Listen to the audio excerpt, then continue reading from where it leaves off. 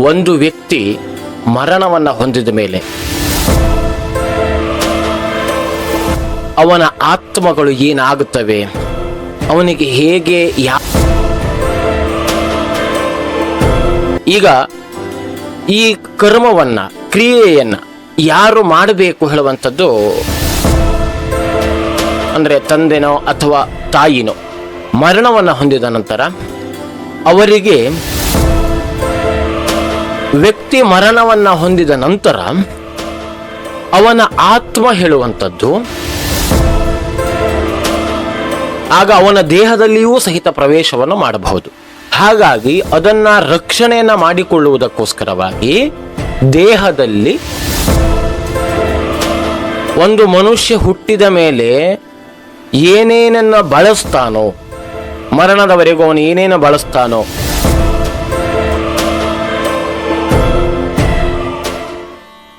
ಶ್ರೀ ಗಣೇಶಾಯ ನಮಃ.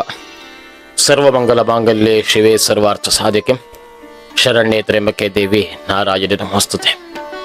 ಶ್ರುತಿ ಸ್ಮೃತಿ ಪುರಾಣಾನಾಂ ಆಲಯಂ ಕರುಣಾಲಯಂ ನಮಾಮಿ ಭಗವತ್ಪಾದ ಶಂಕರಂ ಲೋಕಶಂಕರಂ.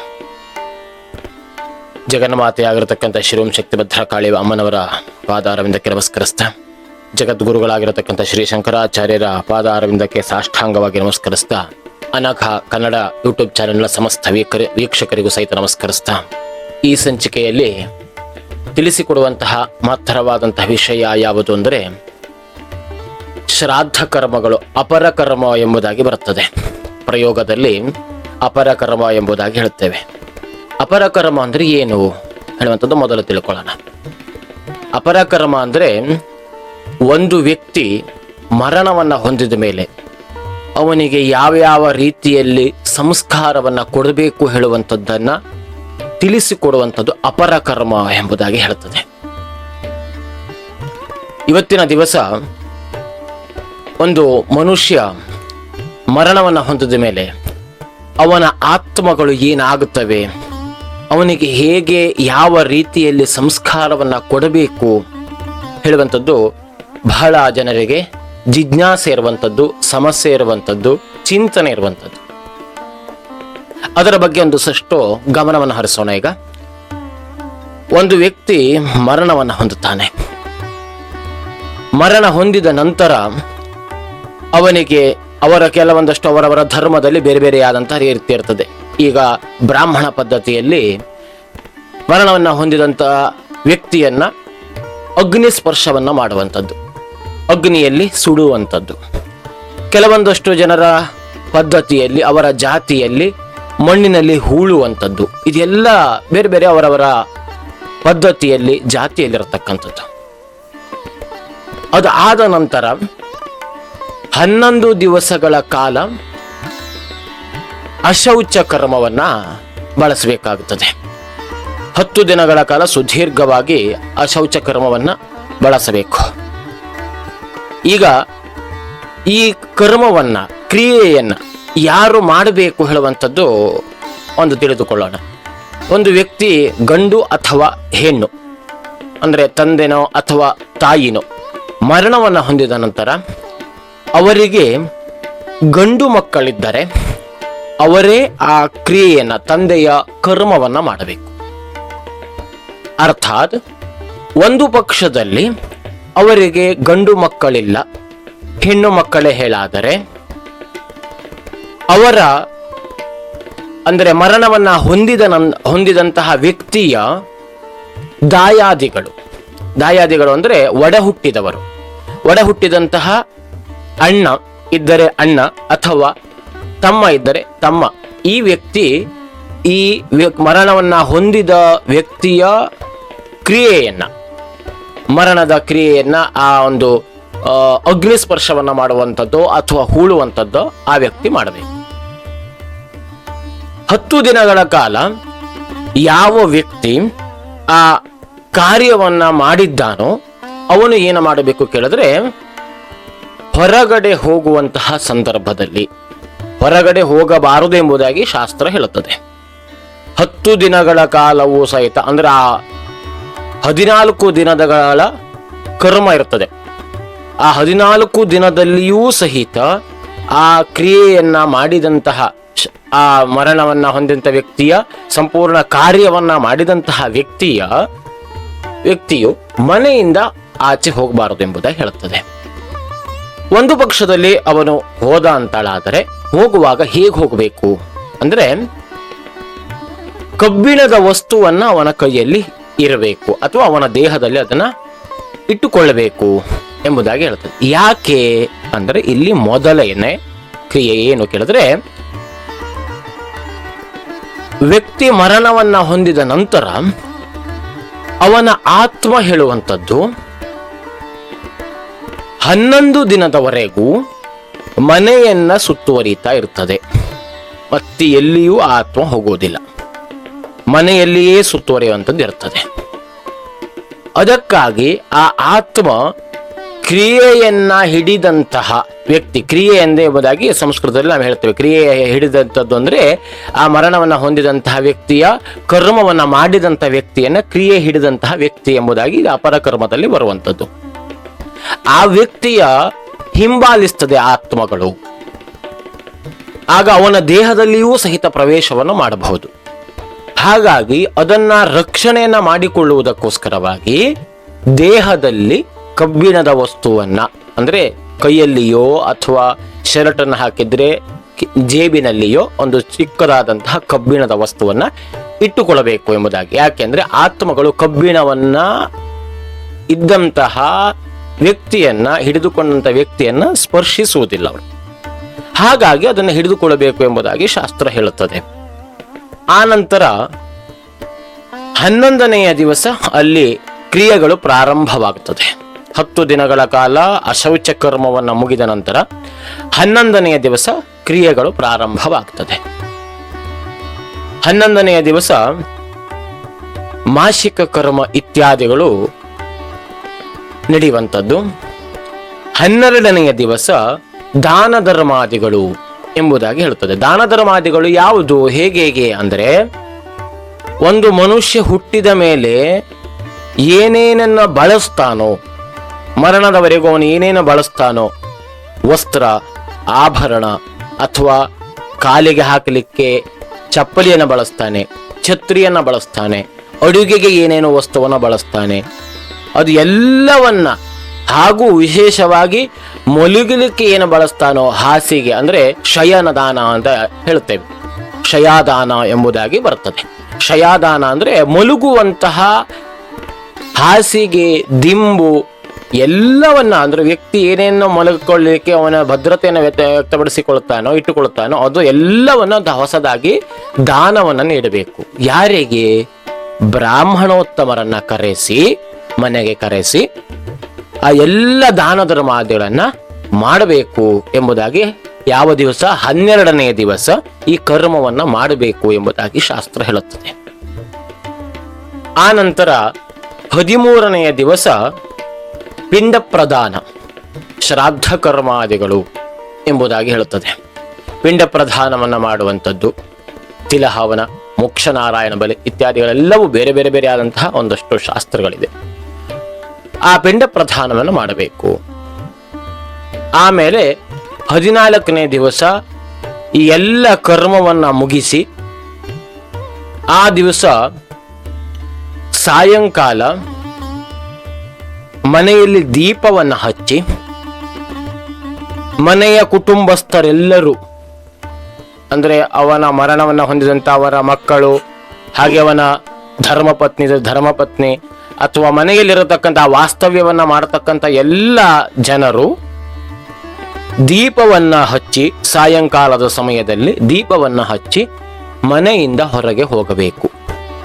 ಮನೆಯಿಂದ ಹೊರಗೆ ಹೋಗೋದು ಅಂದ್ರೆ ಎಲ್ಲಿಗೆ? ದೇವರ ದರ್ಶನವನ್ನು ಮಾಡಬೇಕು, ಅಂದ್ರೆ ದೇವಾಲಯಕ್ಕೆ ಪ್ರವೇಶವನ್ನು ಮಾಡಬೇಕು.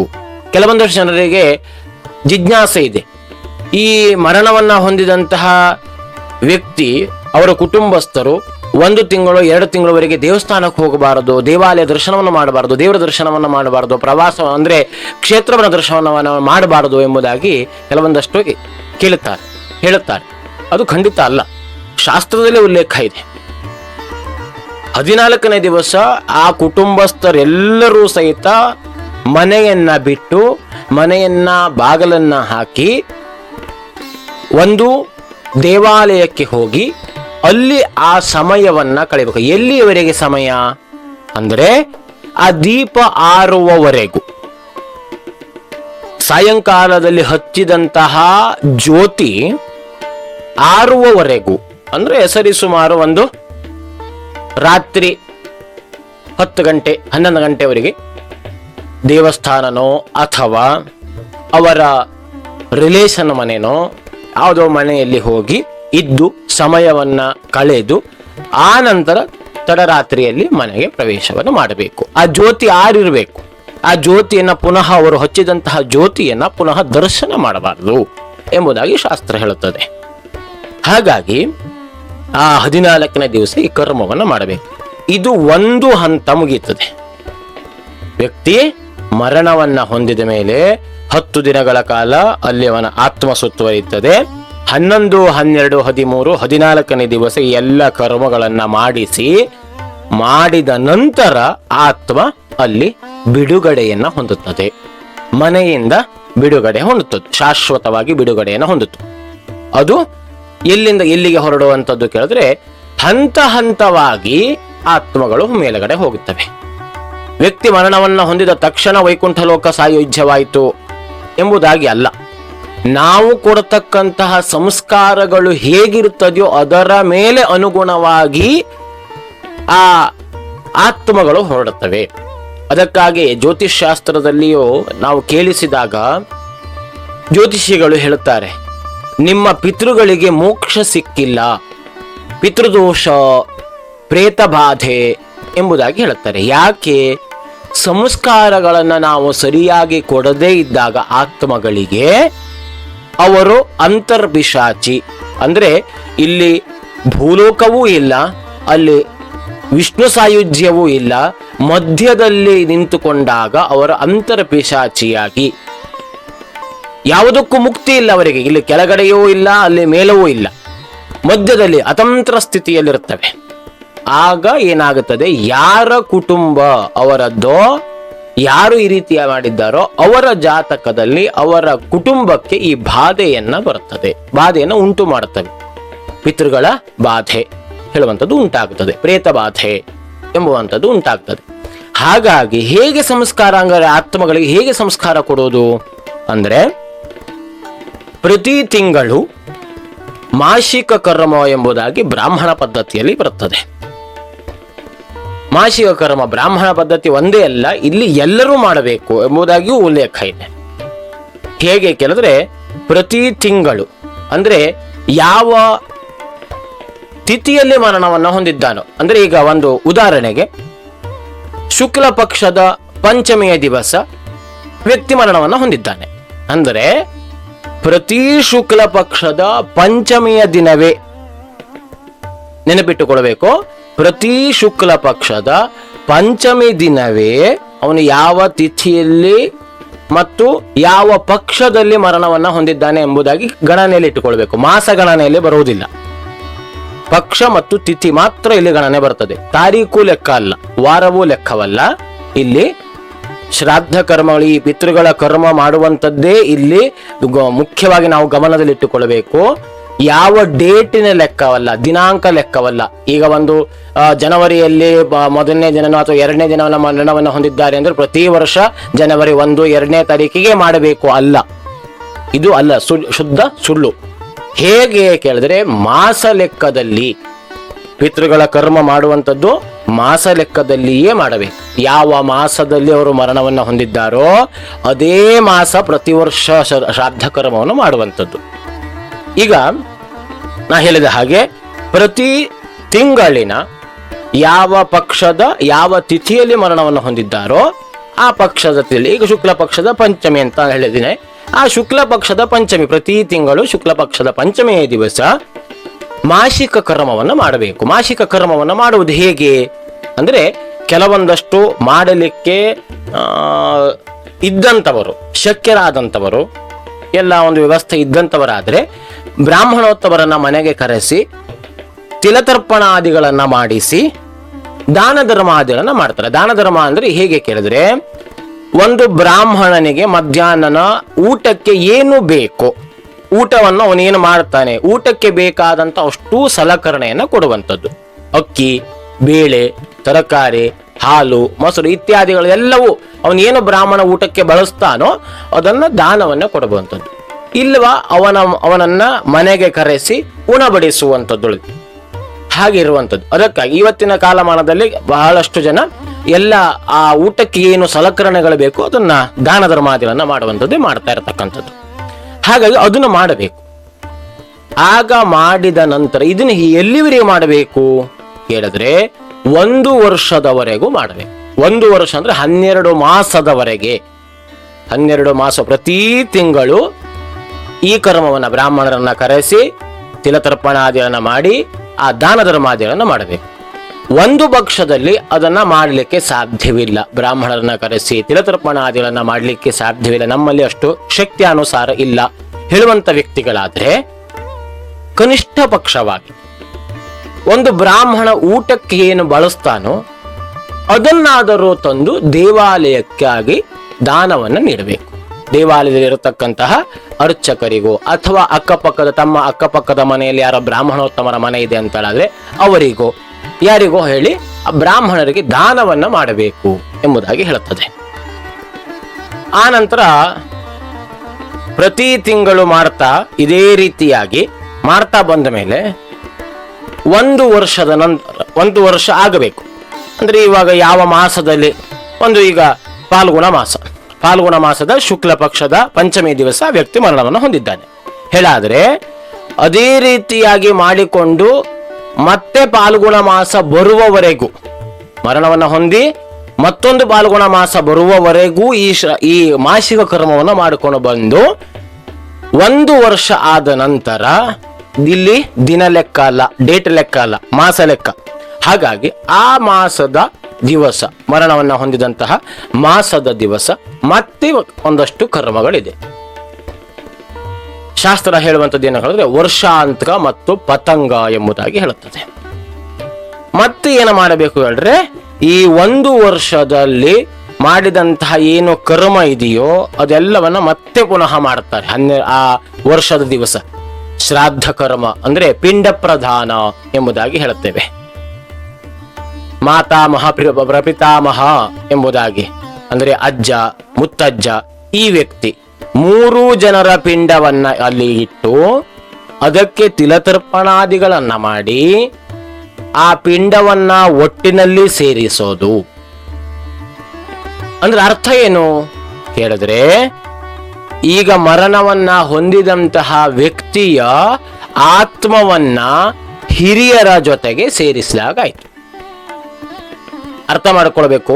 ಎಲ್ಲಿಯವರೆಗೆ ಅಂದ್ರೆ 12 ಮಾಸದವರೆಗೂ ಸಹಿತ ಆ ವ್ಯಕ್ತಿಯ ಆತ್ಮ ವೈಕುಂಠ ಸಾಯುಜ್ಯವನ್ನ ಅಥವಾ ಹಿರಿಯರ ಆತ್ಮದ ಜೊತೆ ಸೇರಿರುವುದಿಲ್ಲ.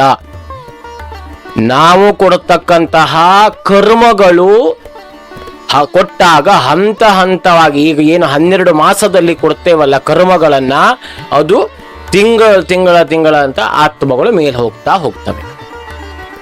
12ನೆಯ ಮಾಸ ಅಂದ್ರೆ 1 ವರ್ಷವಾದ ದಿವಸ ಆ ಏನು ಕರ್ಮವನ್ನ ಕೊಡ್ತೇವಲ್ಲ ಅಲ್ಲಿ ಪಿಂಡ ಪ್ರಧಾನವನ್ನ ಮಾಡಿ ಆ ಪಿಂಡ ಪ್ರಧಾನವನ್ನ ಹಿರಿಯರ ಆತ್ಮಗಳ ಜೊತೆ ಸಮ್ಮಿಲನವನ್ನ ಮಾಡುವುದರಿಂದ ಸೇರಿಸುವುದರಿಂದ ಆ ವ್ಯಕ್ತಿಯ ಆತ್ಮ ಅಲ್ಲಿ ವೈಕುಂಠ ಸಾಯುಜ್ಯ ಪ್ರಾಪ್ತಿಯಾದ ಹಾಗೆ ಅಪರ ಕರ್ಮದಲ್ಲಿ ಇದು ಹೇಳುತ್ತದೆ. ಹಾಗಾಗಿ 1 ವರ್ಷದವರೆಗೂ ಸಹಿತ ನಾವು ಮರಣವನ್ನ ಹೊಂದಿದಂತಹ ವ್ಯಕ್ತಿಯ ಕರ್ಮವನ್ನ ಖಂಡಿತವಾಗಿಯೂ ಚಾಚೂ ತಪ್ಪದೆ ನಡೆಸಲೇಬೇಕು. ಮಕ್ಕಳಾದಂಥವರು ನಡೆಸಲೇಬೇಕು. ಈಗ ಆ ವ್ಯಕ್ತಿಗೆ ಗಂಡು ಮಕ್ಕಳಿಲ್ಲ, ಹೆಣ್ಣು ಮಕ್ಕಳೇ ಹೇಳಾದರೆ ಅವರ ಚಿಕ್ಕಪ್ಪನ ಅಥವಾ ದೊಡ್ಡಪ್ಪನ ಇವರು ಮಾಡಬೇಕು, ದಾಯಾದಿಗಳು ಮಾಡಬೇಕು. ಕರ್ಮವನ್ನ ಬಿಡುವಂತಿಲ್ಲ. ಬಿಟ್ಟರೆ ಅವರ ಕುಟುಂಬಕ್ಕೆ ತೊಂದರೆ ಹೇಳುವಂಥದ್ದು ಬರುವಂಥದ್ದು. ಅದಕ್ಕಾಗಿ ಪಿತೃಕರ್ಮಗಳನ್ನ ನಾವು ಚಾಚೂ ತಪ್ಪದೆ ಮಾಡಿದಾಗ ಕುಟುಂಬದಲ್ಲಿ ಪಿತೃದೋಷ ಹೇಳುವಂಥದ್ದು ಬರುವುದಿಲ್ಲ. ಹೇಗೆ ಗುರುಗಳ ಅನುಗ್ರಹ ಹೇಳುವಂಥದ್ದು ಬೇಕೋ, ದೇವರ ಅನುಗ್ರಹಗಳು ಹೇಳುವಂಥದ್ದು ಬೇಕೋ ಮನುಷ್ಯನಿಗೆ, ಅದೇ ರೀತಿಯಾಗಿ ಪಿತೃಗಳ ಆಶೀರ್ವಾದವು ಬೇಕಾಗ್ತದೆ. ಪಿತೃಗಳ ದೋಷ ಹೇಳುವಂಥದ್ದು, ಪಿತೃಗಳ ಆಶೀರ್ವಾದ ಇಲ್ಲ ಅಂತಳಾದರೆ ಆ ವ್ಯಕ್ತಿ ಗುರಿಯನ್ನ ಮುಟ್ಲಿಕ್ಕೆ ಸಾಧ್ಯ ಇಲ್ಲ. ಹಾಗಾಗಿ ಈ ಪಿತೃಕರ್ಮಗಳನ್ನ ಚಾಚೂ ತಪ್ಪದೆ ನಾವು ನಡೆಸಿಕೊಂಡು ಹೋಗಬೇಕು. ಪಿತೃಕರ್ಮವನ್ನ ನಾವು ಮಾಡದೇ ಇದ್ರೆ ನಮ್ಮ ಕುಟುಂಬಕ್ಕೆ ಅವರ ಒಂದು ಶಾಪ ಹೇಳುವಂಥದ್ದು ಖಂಡಿತವಾಗಿಯೂ ಆ ಕುಟುಂಬಕ್ಕೆ ಬರುವಂಥದ್ದು. ಹಾಗಾಗಿ ಈ ಅಪರ ಕರ್ಮವನ್ನ ಅಥವಾ ಈ ಶ್ರಾದ್ದ ಕರ್ಮವನ್ನ ಮರಣವನ್ನ ಹೊಂದಿದ ಮೇಲೆ ಈ ಕರ್ಮವನ್ನ ಶ್ರದ್ಧೆಯಿಂದ ಭಕ್ತಿಯಿಂದ ನಾವು ಮಾಡಿದಾಗ ಆ ಆತ್ಮಗಳಿಗೆ ಮುಕ್ತಿ ಹೇಳುವಂಥದ್ದು ಸಿಗುವಂಥದ್ದು.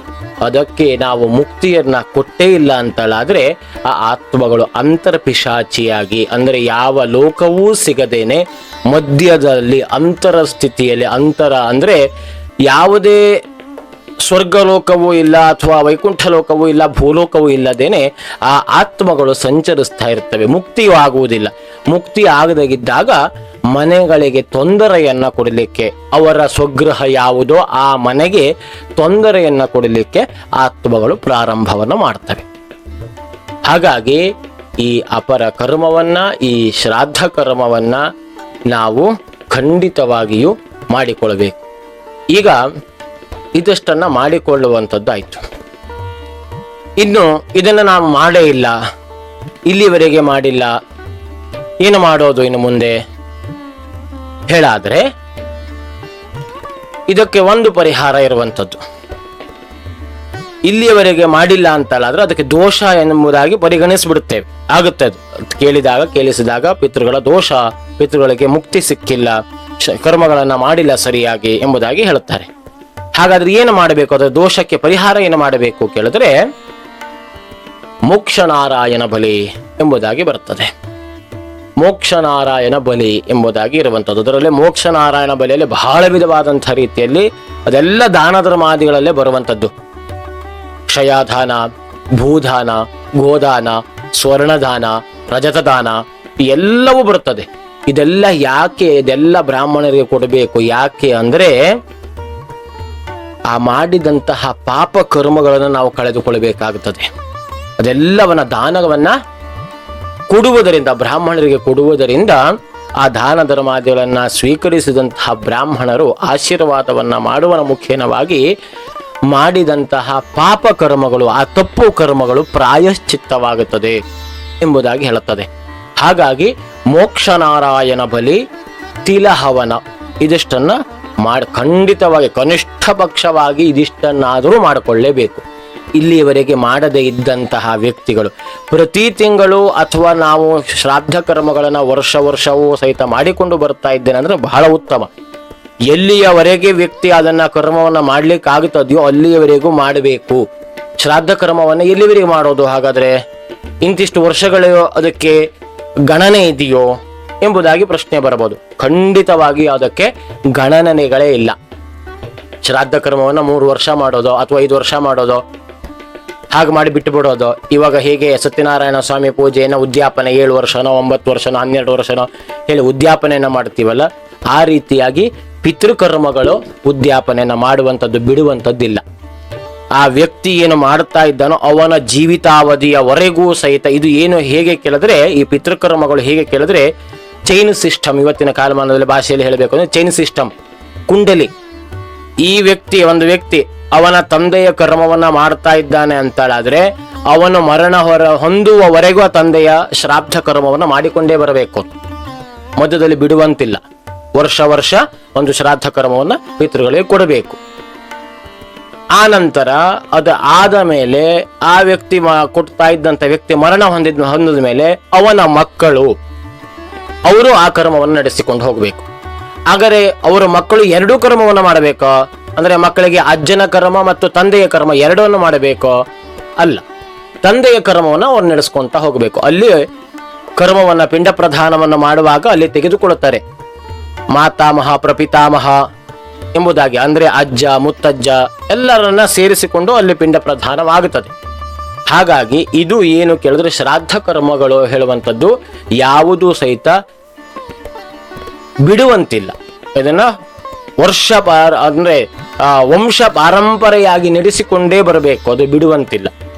ಹಾಗಾಗಿ ಈ ಶ್ರಾದ್ದ ಕರ್ಮಗಳನ್ನ, ಪಿತೃಗಳ ಕರ್ಮವನ್ನ ನಾವು ಖಂಡಿತವಾಗಿಯೂ ನಡೆಸಿಕೊಂಡು ಹೋಗಬೇಕು.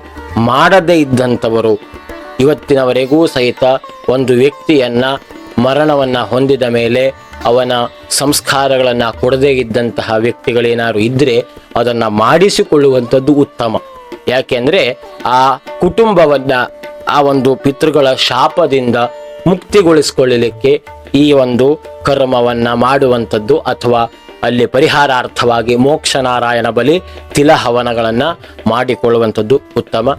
ಹಾಗಾಗಿ ನಾವು ಈ ಒಂದು ಸಂಚಿಕೆಯಲ್ಲಿ ತಿಳಿಸಿಕೊಟ್ಟಿದ್ದು ಏನು ಕೇಳಿದ್ರೆ, ಈ ಅಪರ ಕರ್ಮಗಳನ್ನ ಯಾರೂ ಸಹಿತ ಬಿಡದೇನೆ ತಮ್ಮ ಕುಟುಂಬವನ್ನ ರಕ್ಷಿಸಿಕೊಳ್ಳುವುದಕ್ಕೆ, ಯಾವ ಪಿತೃಗಳ ಶಾಪದಿಂದ ಮುಕ್ತಿಯನ್ನ ಹೊಂದಲಿಕ್ಕೆ ಏನಾದರೂ ಶಾಪಗಳಿದ್ದರೆ ಅದನ್ನ ಪರಿಹಾರವನ್ನ ಮಾಡಲಿಕ್ಕೆ ಮೋಕ್ಷ ನಾರಾಯಣ ಬಲಿ ಅಥವಾ ತಿಲಹವನವನ್ನ ಮಾಡಿಕೊಂಡು ಪರಿಹಾರವನ್ನ ಮಾಡಿಕೊಳ್ಳುವಂಥದ್ದು, ಆ ಎಲ್ಲ ಪಿತೃಗಳ ಕರ್ಮವನ್ನ ಚಾಚೂ ತಪ್ಪದೆ ಮಾಡಿಕೊಳ್ಳುವಂಥದ್ದು ಆ ಕುಟುಂಬಕ್ಕೆ ಉತ್ತಮ ಹೇಳುವಂಥದ್ದು ಈ ಸಂಚಿಕೆಯಲ್ಲಿ ತಿಳಿಸಿಕೊಡ್ತಾ ಇದ್ದೇನೆ.